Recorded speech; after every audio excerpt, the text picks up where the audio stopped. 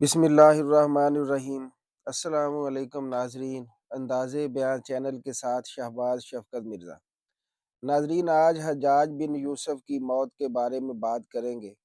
حجاج بن یوسف حافظ قرآن تھا۔ وہ تہجد کی ایک رکعت میں 10 سپاروں کی تلاوت کرتا تھا، باجماعت نماز پڑھاتا تھا اور شراب و زنا سے دور بھاگتا تھا، لیکن انتہائی ظالم تھا۔ جب اس کی موت آئی تو انتہائی عبرتناک موت آئی۔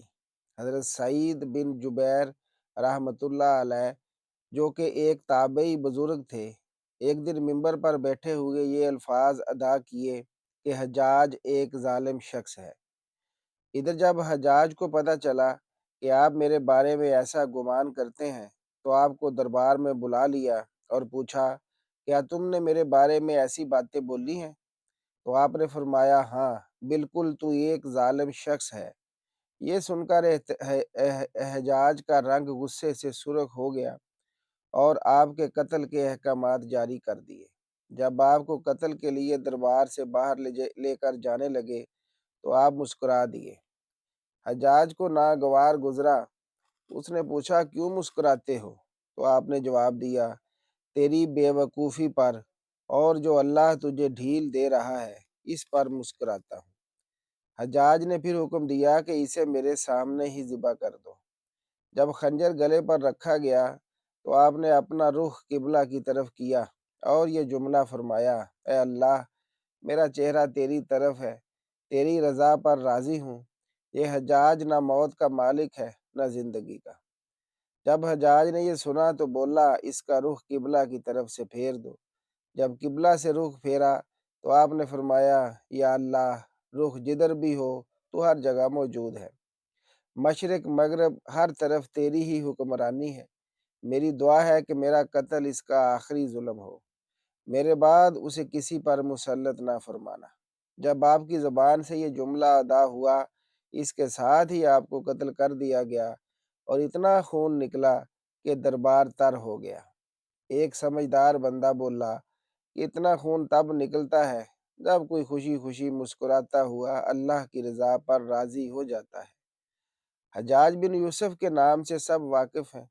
حجاج کو عبد الملک نے مکہ، مدینہ، طائف اور یمن کا نائب مقرر کیا تھا اور اپنے بھائی بشر کی موت کے بعد اسے عراق بھیج دیا، جہاں سے وہ کوفہ میں داخل ہوا۔ ان علاقوں میں 20 سال تک حجاج کا عمل دخل رہا۔ اس نے کوفے میں بیٹھ کر زبردست فتوحات حاصل کی۔ اس کے دور میں مسلمان مجاہدین چین تک پہنچ گئے تھے۔ حجاج بن یوسف نے ہی قرآن پاک پر اعراب لگوائے۔ اللہ تعالیٰ نے اسے بڑی فصاحت و بلاغت اور شجاعت سے نوازا تھا۔ حجاج حافظ قرآن تھا، شراب نوشی اور بدکاری سے بچتا تھا۔ وہ جہاد کا دھنی اور فتوحات کا حریص تھا، مگر اس کی تمام اچھائیوں پر اس کی ایک برائی نے پردہ ڈال دیا تھا، اور وہ برائی کیا تھی؟ ظلم۔ حجاج بہت ظالم تھا۔ اس نے اپنی زندگی میں ایک خونخوار درندے کا روپ دھار رکھا تھا۔ وہ اللہ کے بندوں، اولیاء اور علماء کے خون سے ہولی کھیل رہا تھا۔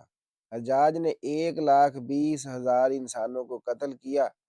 اس کے جیل خانوں میں ایک دن میں 80,000 قیدی ایک وقت میں ہوتے، جن میں سے 30,000 عورتیں تھیں۔ اس نے جو آخری قتل کیا وہ عظیم تابعی اور زاہد و پارسا انسان حضرت سعید بن جبیر رضی اللہ تعالی عنہ کا قتل تھا۔ انہیں جب قتل کرنے کے بعد حجاج پر وحشت سوار ہو گئی تھی، وہ نفسیاتی مریض بن گیا تھا۔ حجاج جب بھی سوتا، حضرت سعید بن جبیر اس کے خواب میں آ کر اس کا دامن پکڑ کر کہتے کہ اے دشمن خدا، تو نے مجھے کیوں قتل کیا؟ میں نے تیرا کیا بگاڑا تھا؟ جواب میں حجاج کہتا کہ مجھے اور سعید کو کیا ہو گیا ہے؟ اس کے ساتھ ہی حجاج کو وہ بیماری لگ گئی جسے زمہریری کہا جاتا ہے۔ اس میں سخت سردی کلیجے سے اٹھ کر سارے جسم پر چھا جاتی تھی۔ وہ کانپتا تھا۔ آگ سے بھری انگیٹھیاں اس کے پاس لائی جاتی تھی اور اس قدر قریب رکھ دی جاتی تھی کہ اس کی کھال جل جاتی تھی، مگر اسے احساس نہیں ہوتا تھا۔ حکیموں کو دکھانے پر انہوں نے بتایا کہ پیٹ میں سرطان ہے۔ ایک طبیب نے گوشت کا ٹکڑا لیا اور اسے دھاگے کے ساتھ باندھ کر حجاج کے حلق میں اتار دیا۔ تھوڑی دیر بعد جب دھاگے کو کھینچا تو اس گوشت کے ٹکڑے کے ساتھ بہت عجیب نسل کے کیڑے چمٹے ہوئے تھے اور اتنی بدبو تھی جو پورے 1 مربع میل کے فاصلے پر پھیل گئی۔ درباری اٹھ کر بھاگ گئے، حکیم بھی بھاگنے لگا۔ حجاج بولا، تو کدھر جاتا ہے؟ علاج تو کر۔ حکیم بولا، تیری بیماری زمینی نہیں آسمانی ہے، اللہ سے پناہ مانگ۔ جب مادی تدبیروں سے حجاج مایوس ہو گیا تو اس نے حضرت حسن بصری رحمۃ اللہ علیہ کو بلوایا اور ان سے دعا کی درخواست کی۔ وہ حجاج کی حالت دیکھ کر رو پڑے اور فرمانے لگے، میں نے تجھے منع کیا تھا کہ نیک بندوں کے ساتھ چھیڑ چھاڑ نہ کرنا، ان پر ظلم نہ کرنا، مگر تو باز نہ آیا۔ آج حجاج عبرت کا سبب بنا ہوا تھا۔ وہ اندر باہر سے جل رہا تھا، وہ اندر سے ٹوٹ پھوٹ چکا تھا۔ حضرت سعید بن جبیر رضی اللہ تعالیٰ عنہ کی وفات کے 40 دن بعد ہی حجاج کی بھی موت ہو گئی تھی۔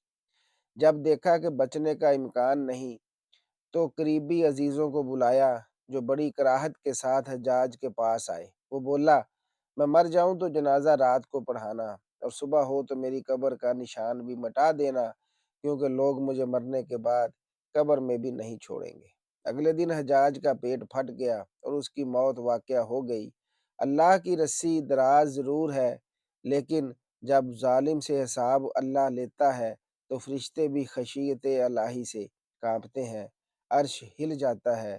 اللہ ظالموں کے ظلم سے ہم سب کو محفوظ رکھے، آمین۔